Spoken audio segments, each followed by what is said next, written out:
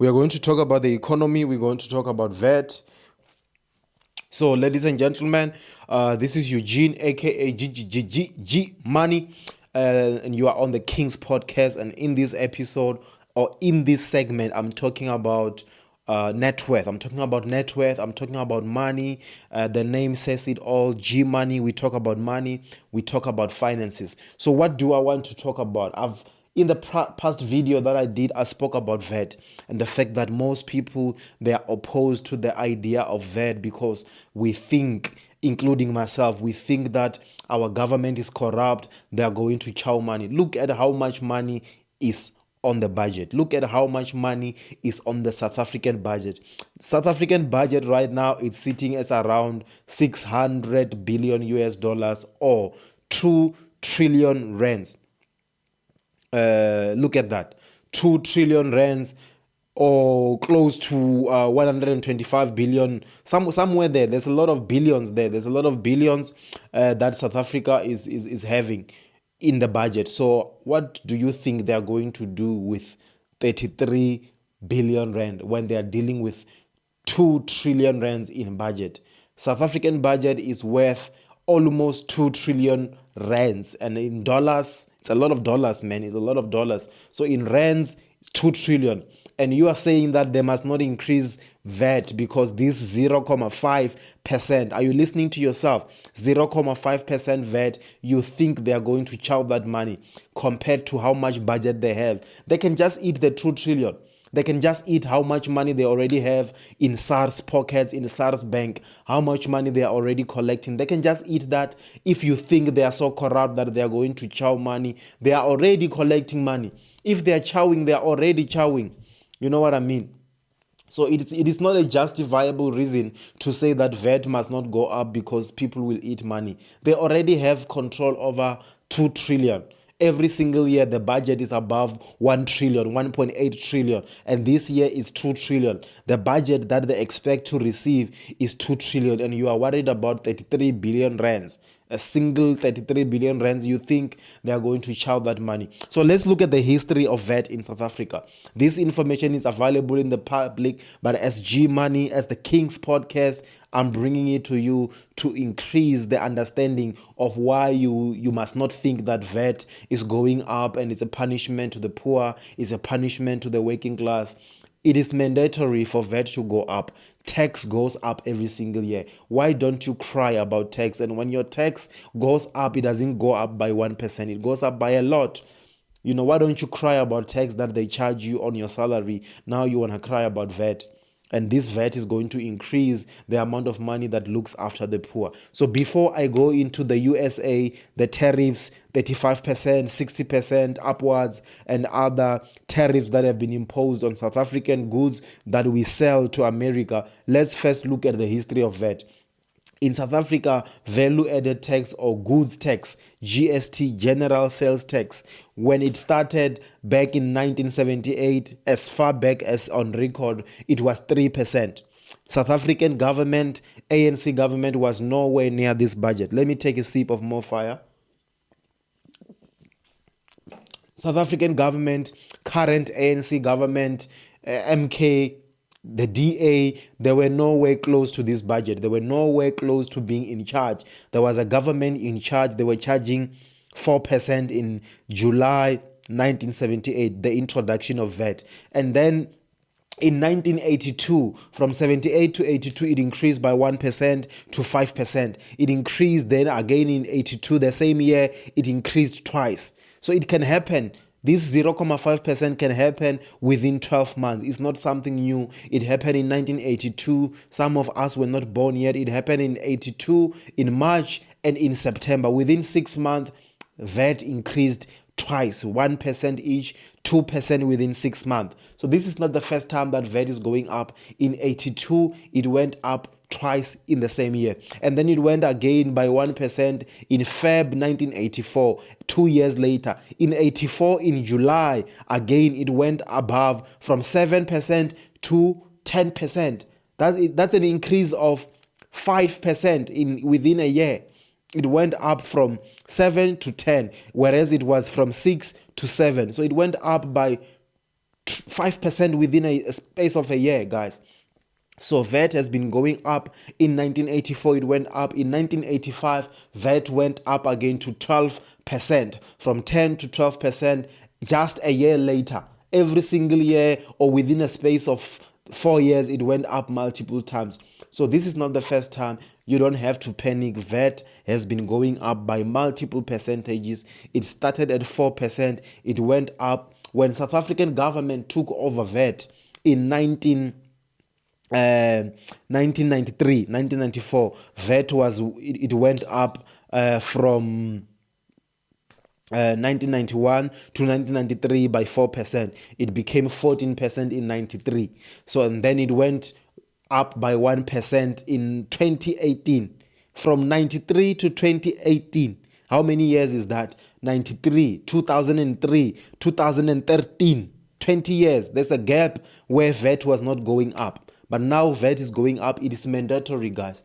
5% or 0.5% is nothing. VAT will go up. You have to understand. VAT will go up. You have to comprehend that we have to take care of the poor. We have to take care of our roads, our clinics, our hospitals, our schools. Different things need money. And this money is not that substantial. It's just money, guys. It's just money. It's just 30 billion yana. It's not a lot of money. It's just 30 billion. This is money that we have to understand. It will go up. VAT will go up. And this is not the last time that VAT will go up. VAT will continue to increase in the future. It may increase in the next 3 years. This is 2025. By 2029, VAT may go up again. We have to be used of this, because VAT has been going up. SARS has been increasing tax every single year. So let's be real, guys. Let's be real about this. Before I finish this video, I want to talk about Trump now. Trump, he's a patriot of his own country.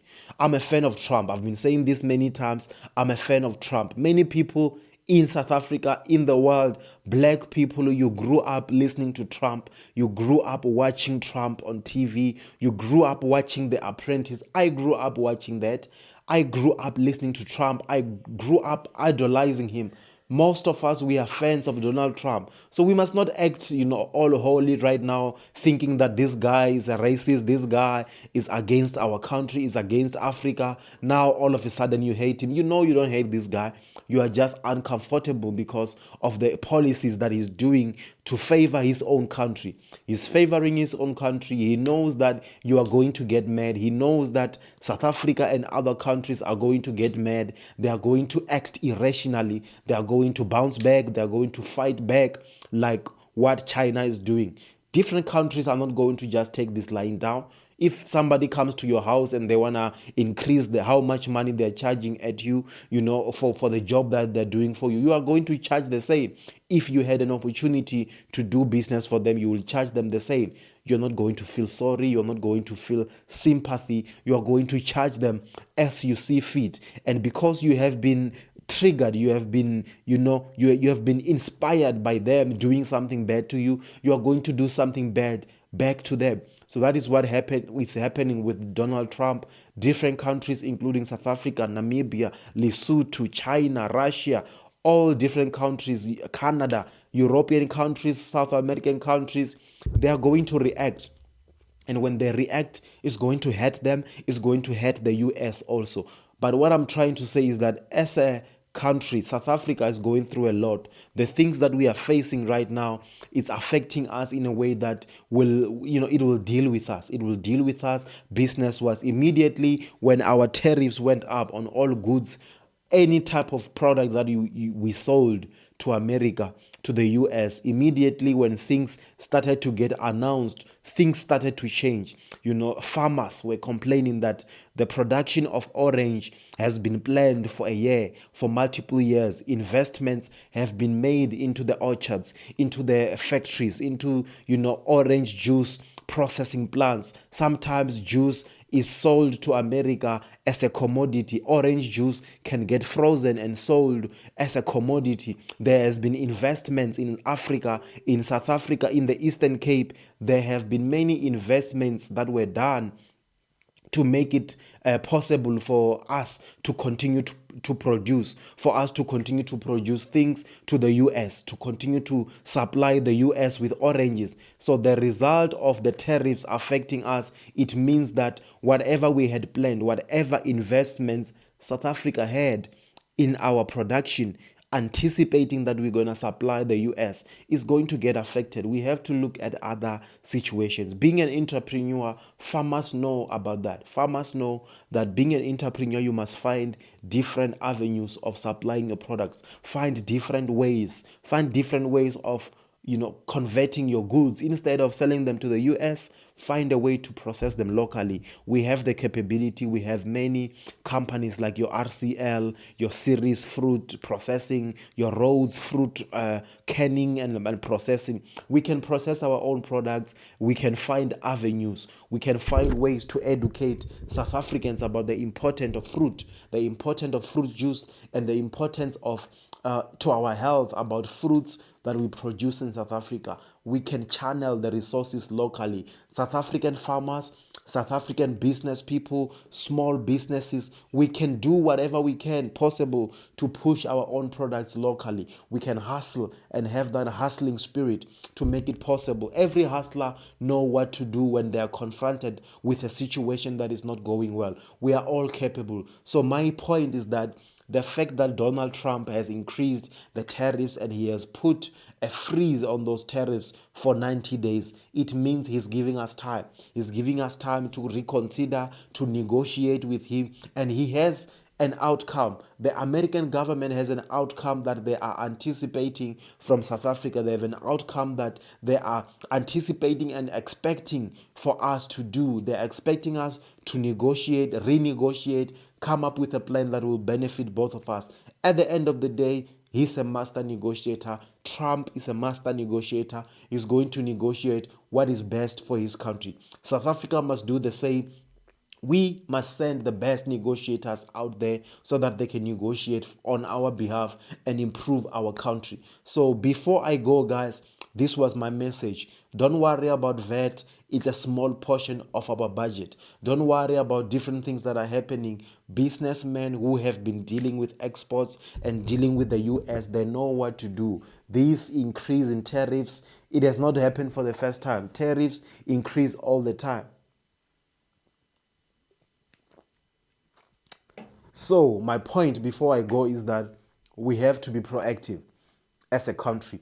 We cannot be reactive every single time Donald Trump does something. We are reacting. Every single time we don't collect enough money, we are increasing VAT. There are many things that we are doing in a reactive manner. As a country, we need to start moving proactively. We need to start moving, swiftly. Whatever things, we perceive in the next 5 years to be problematic, we need to move swiftly and create structures and policies that are going to help our country move forward. So as a country, we can stand together. We can stand together firmly. And I know through this adversity, through this, economic condition and climate which is not good, they're going to be the birthing of new entrepreneurs. They're going to be the conception of ideas. We are going to come up with ideas. Hustlers are going to get born. We're going to get pressured people. When you are under pressure, you are going to rise up and do something much greater. So as a result, this is my message to you. VAT is going to go up, whether it's going to happen right now or in the future. Economics are going to fight. Companies and nations are going to be at each other's throats all the time. Whether it happens now or later is just a matter of here or there, right now or later. Things will happen in the politics that are going to affect our country as a whole. The DA, the MK, the EFF, all these parties, they get along sometimes, they don't get along. It's just a matter of time. We shouldn't be discouraged. We shouldn't be fighting amongst each other. There are a lot of things happening in the country. Children are getting raped. Children are getting molested and violated. The country is just not in a good space. So it needs all of us to rise up. This country needs all of us to stand up and do what we can. as a country, together, as a unit, together. You cannot be fighting your own agendas and coming up with your own agendas because you want the ANC to do what you like. As a DA, for example, the Afri Forum, different parties, different races are protecting their own interests. So as a country, you cannot function that way. So I'm saying this as a message to all of us out there. We can do better as a country. VAT is going to go up, and I'm very much in favor of it. Whether we like it or not, it'll go up.